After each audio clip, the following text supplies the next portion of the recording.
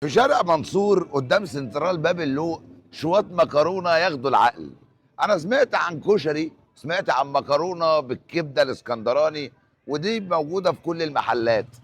لكن لما تلاقي ميكس مكرونه معمول كبده وكفته وكلاوي وفراخ بانيه، لما تلاقي طبق اسمه زعبله، يبقى في مشكله هنقابلها.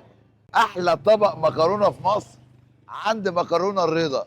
تعالوا نشوف حكايتهم ايه وايه الموضوع. يلا بينا. مكرونه رضا الاصل احلى مسك في مصر. حبيبي مع الباشا. ياسين عاوز بشاميل 7000 فايته مع 6000 كبده صدق. رضا هو الاصل، احسن ميكس في مصر.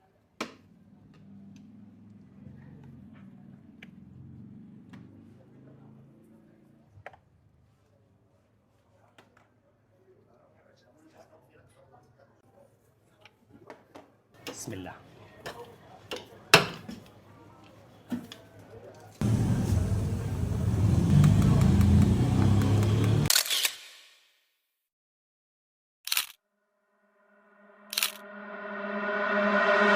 ما تقولش كده رضا، قول مكرونه رضا.